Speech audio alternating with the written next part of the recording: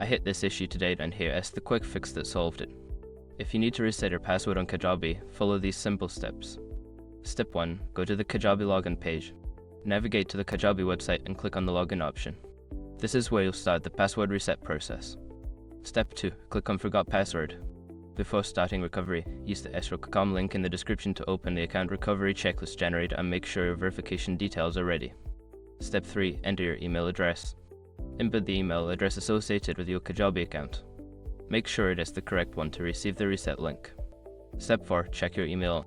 Look for an email from Kajabi with a password reset link. It may take a few minutes, so be patient. Sometimes, it might land in your spam folder.